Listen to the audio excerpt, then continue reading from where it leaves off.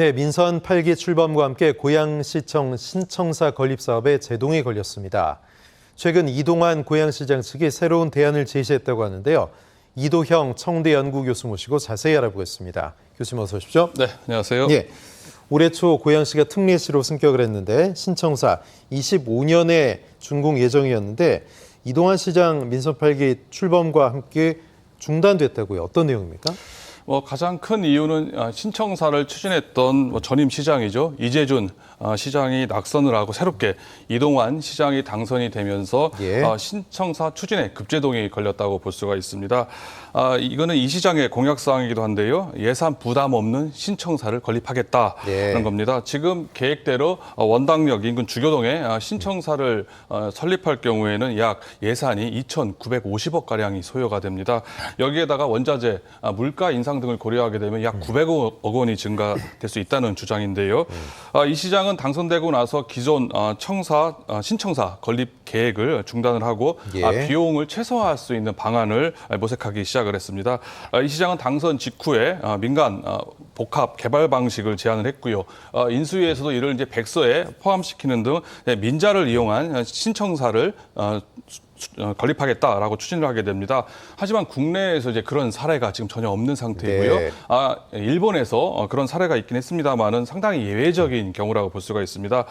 무엇보다 해당 공공청사가 들어가는 부지가 이제 그린벨트를 해지를 하면서 공공청사를 들어오게끔 돼 있는데요. 여기에 공공청사가 아닌 다른 건물을 지을 수 없다라는 또 현실적 문제가 있다는 점도 반영이 됐습니다.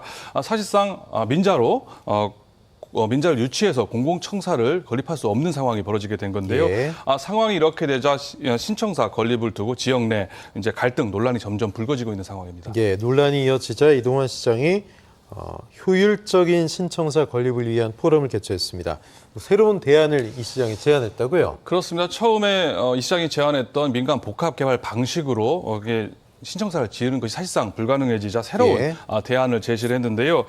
기존 신청사 건립이 예정됐던 부지에 신청사를 건립을 하긴 합니다. 하기는 하되 기존 계획보다 대폭 축소해서 신청사를 건립하게 됩니다. 이날 신청사 재검토 TF팀 이정영 위원장은 기존 계획이죠. 연면적 2만 2천 평의 규모에서 5천 평 규모로 약 4분의 1 정도 규모를 축소해서 신청사를 짓겠다고 밝힌 겁니다.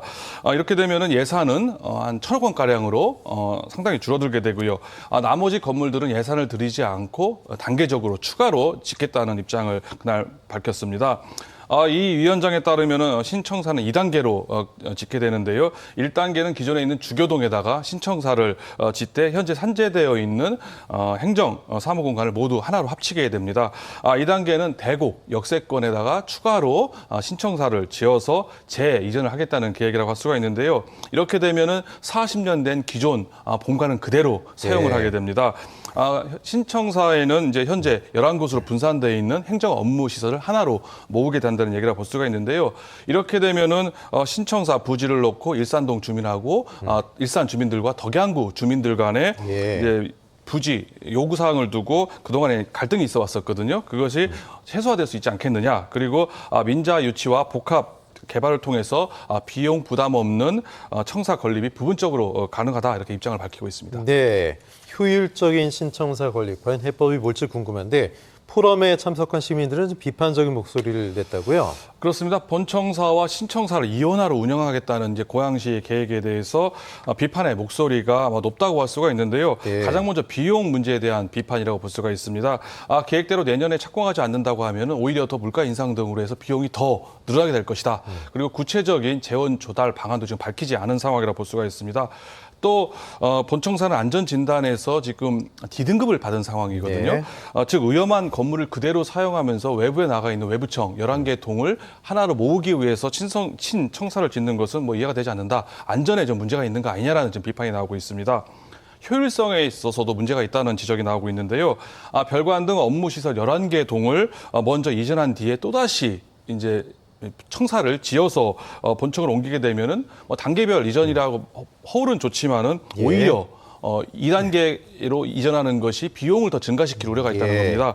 비효율적이다. 그리고 청사 간 거리도 더욱 멀어지게 되는 문제점이 발생하게 됩니다. 이처럼 대안에 대해서도 여러 가지 비판이 쏟아져 나오면서 신청사 이전에 대한 논란은 더욱 커지고 있는 양상이라고 볼 수가 있습니다. 예.